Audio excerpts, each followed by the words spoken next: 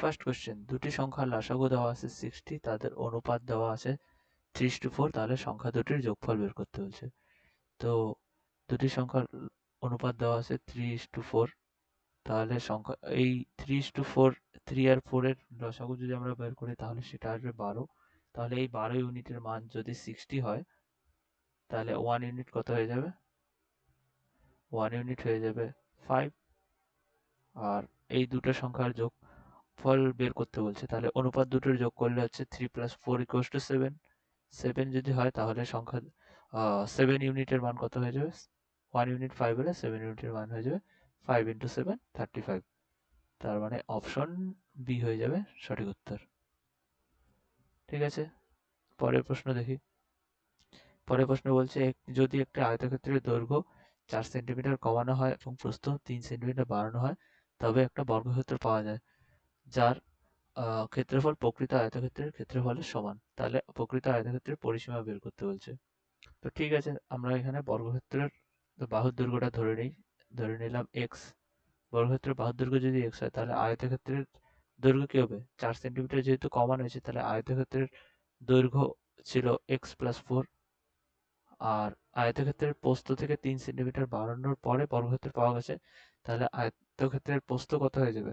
আয়তক্ষেত্রের প্রস্থ হয়ে যাবে x - 3। এটা হয়ে যাবে আয়তক্ষেত্রের প্রস্থ। তাহলে আয়তক্ষেত্রের দৈর্ঘ্য, আয়তক্ষেত্রের প্রস্থ পেলাম। এবার কি বলছে যে বর্গক্ষেত্রের ক্ষেত্রফল এবং প্রকৃত আয়তক্ষেত্রের ক্ষেত্রফলের সমান হবে। তাহলে বর্গক্ষেত্রের ক্ষেত্রফল হয়ে যাবে x²। আর প্রকৃত আয়তক্ষেত্র বলতে, হ্যাঁ, আয়তক্ষেত্রের ক্ষেত্রফল কি হবে? x + 4 × x - 3। ঠিক আছে, এই দুটো সমান বলেছে, তাহলে এখান থেকে আমি যদি x কে বের করি তাহলে কি পাবো? x²। ডান দিকে যদি গুণ করি, ডান দিকে গুণ করলে আসবে x² + 4x - 3x করলে হয়ে যাবে +x।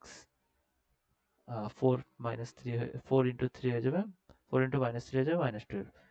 ঠিক আছে, তাহলে এই x² কেটে গেল, তাহলে এখান থেকে x এর মান হয়ে গেল 12। তার মানে বর্গক্ষেত্রের বাহুর দৈর্ঘ্য পেয়ে গেলাম আমরা 12, যেহেতু বর্গক্ষেত্রের বাহুর দৈর্ঘ্য x ধরেছিলাম। তাহলে প্রকৃত আয়তক্ষেত্রের পরিসীমা বের করতে হচ্ছে, তো প্রকৃত আয়তক্ষেত্রের দৈর্ঘ্য কত হবে?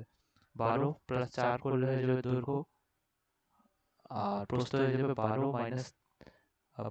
- 3 করলে হয়ে যাবে প্রস্থ। তাহলে আমরা জানি পরিসীমা বের করতে হলে দৈর্ঘ্য প্লাস প্রস্থ ইন্টু 2। এটা যদি আমরা বের করি তাহলে এটা হয়ে যায় আমাদের পরিসীমার ফর্মুলা।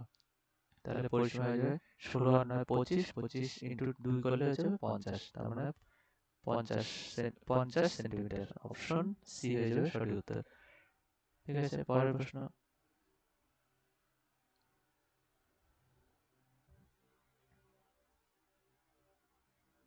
দেওয়া আছে 2x বাই এইটা। তো এখানে যদি আমরা ক্যালকুলেশন করি, এইটুকু বের করি 1 + x বাই 1 - x, তাহলে আসবে, আচ্ছা এটুকু লিখে নিই, 1 + x বাই 1 - x। এটুকু যদি আমরা লসাগু করি তাহলে আসবে আমাদের নিচে 1 - x, উপরে আসবে 1 - x প্লাস x। তো এটা এই x আর এই x কেটে যাবে, তাহলে পরে থাকবে 1/1 - x। তো 1/1 - x আছে। এই টোটালটার জায়গায় যদি 1/1 - x বসাই তাহলে 1/1 - x এইটুকু আলটিমেটলি এই পুরোটার মান হয়ে যাবে, এই পুরোটার মান হয়ে যাবে 1 - x। ঠিক আছে, তাহলে আমরা আলটিমেটলি কি পাবো? 2x divided by 1 plus 1 - x, right? এটার মান পেয়ে যাব 1। তাহলে আমরা এখান থেকে পেয়ে যাব 2x ডিভাইডেড বাই কি হয়ে যাবে? 2 - x, 2 - x, এই ভ্যালুটা হয়ে যাবে 1। তাহলে 2x এর মান আসবে, এটাকে এদিকে গুণ করে দিলে 2 - x, এই xটা এদিকে নিয়ে আসি তাহলে কি আসবে? 3x = 2।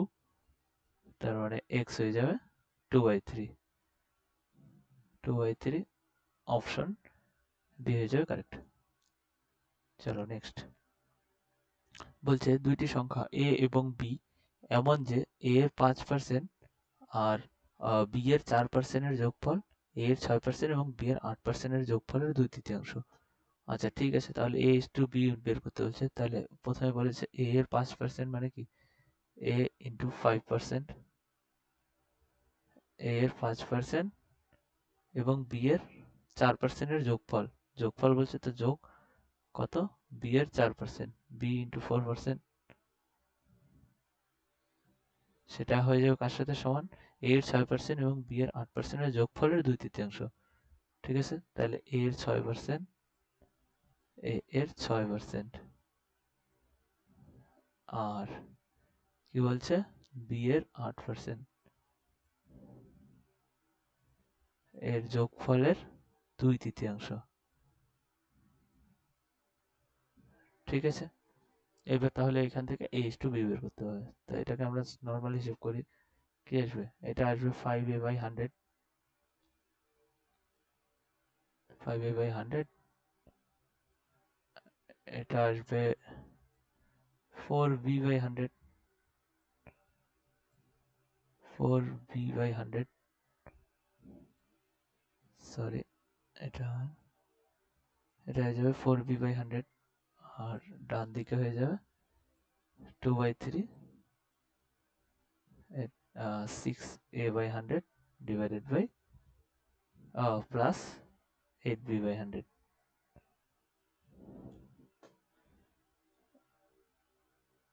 8b/100। তাহলে এই 3 সাথে এই টোটালটাকে এইদিকে মাল্টিপ্লিকেশন করে দিই আমরা, এখানে এই 3টাকে যে এখানে নিয়ে আসি, তাহলে এই 3টা এখান থেকে মুছে দিচ্ছি, তাহলে এটা পড়ে থাকবে।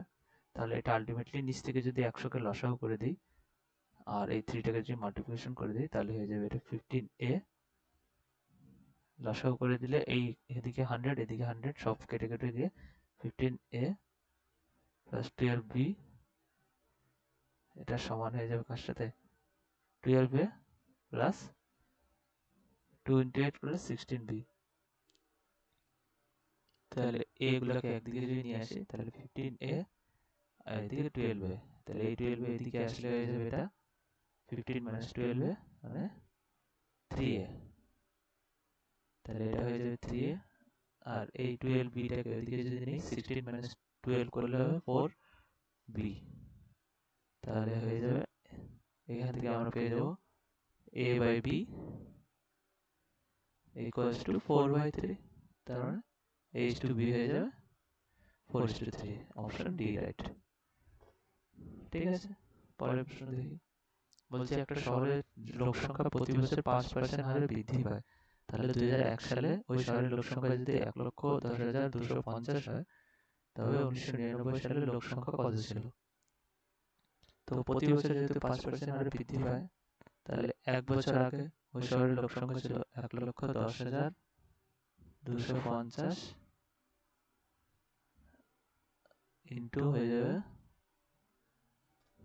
250 ইন্টু হয়ে যাবে 100/105, এটা হয়ে যাবে 1 বছর আগের জনসংখ্যা। তো 2 বছর আগে হয়ে যাবে, আরো একবার গুণ করতে হবে, যেহেতু 5% হারে প্রতি বছর হয়েছে, হয়ে যাবে 100/105 আর একবার গুণ।